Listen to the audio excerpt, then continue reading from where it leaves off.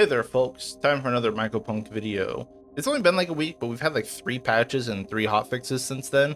And so there's been kind of a lot of changes. So like I said in my previous other like build videos, I figured it'd be a good time to update all 3 builds I had done since there's been some changes to all of them that have survived the patch and the nerfs.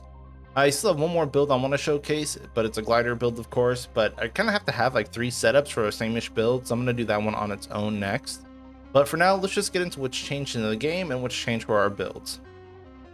First, let's go over the few updates that we've had. I'm not going to post all the patch notes here on the screen because there's been kind of a lot, but feel free to read them in the Discord or the Steam Community Hub. But basically, besides a few balance changes, we got a new community event, which is the Amalgamation Hunt, which we just finished. Basically, this had unlocked a new boss fight.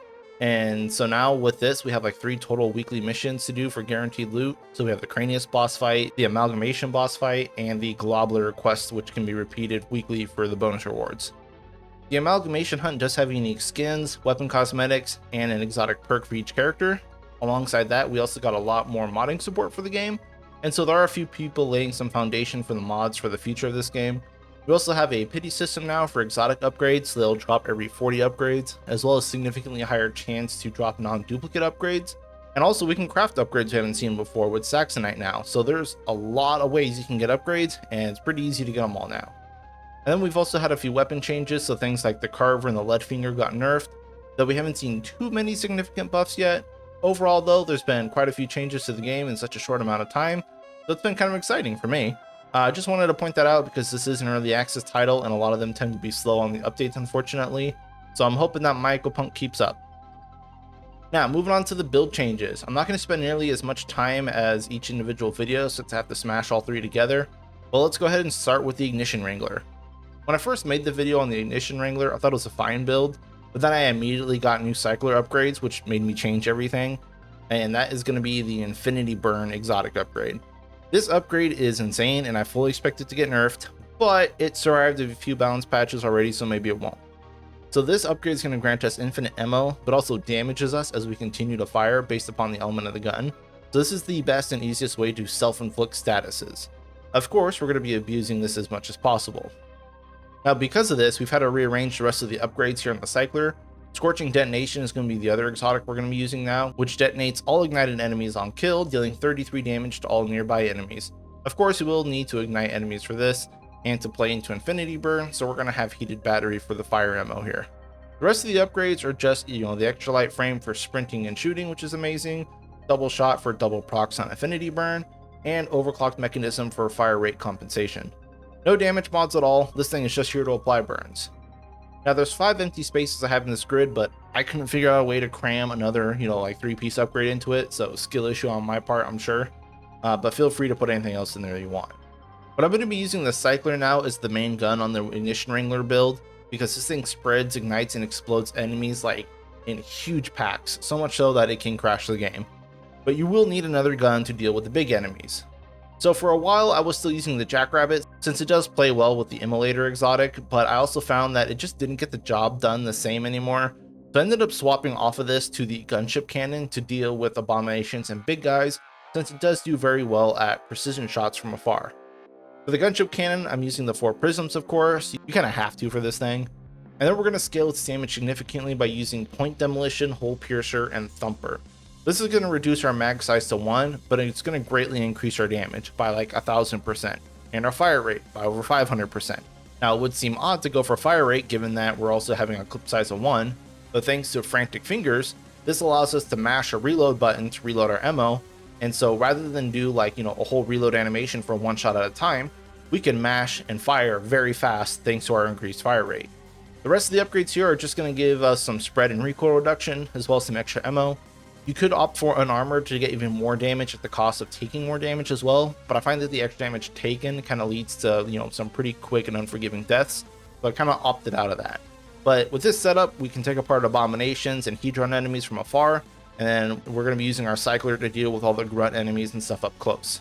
Grenade is going to be the same. We're going to be rocking the Internal Combustion exotic, which is eating all the self damage we do with the cycler to regen our HP, and then do the fire pops to put everything on ignite, which will then just explode with the cycler. This grenade is also going to give and take more fire damage for the cycler, and then of course we're going to have heat sink for the grenade charges so we can use it to heal ourselves in a pinch, since we're going to have 2 grenades that'll give us basically like 80% of our life. For the Wrangler upgrades, we no longer use the lasso skills, but instead I'm going to be going for iframes on the dash so we can escape explosions in a pinch, as well as the new Eyes Up Here exotic from the Amalgamation hunt, which is going to cause enemies to explode and spawn eyes when they die, which you can shoot for stacking bonuses.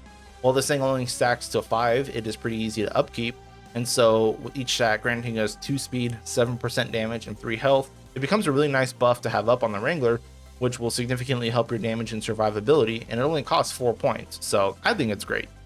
Overall, the Ignition Wrangler is still one of my favorite setups in Mycopunk, and I still use it for most of my casual clears and boss farms. It's only gotten better with the updates, so here's to hoping that Affinity Burn doesn't get nerfed too hard.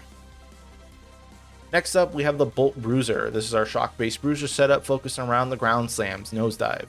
I've actually not changed this build much because it's still performing very well for me, and it is largely probably the safest builds that I've been using. Now, we're going to be using the plate launcher as our main weapon to apply a ton of shock and a large AoE, making it excellent for trash clear and just pruning all those pieces off abominations in the Amalgamation.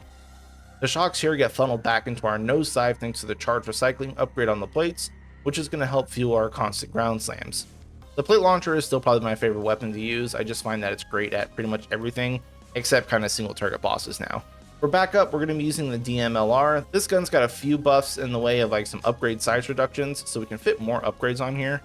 Now, while the DMLR suffers from identity crisis, because you really can't use both the laser and the DMR aspect of it, we do make good use of the laser mode, at least with hot swap, shocking laser, and shield piercing. This allows us to use the DMLR from extreme ranges to pierce shields and break generators, so then we can get in close with nosedive, or we could just at that point swap to the plate launcher and cut out some limbs.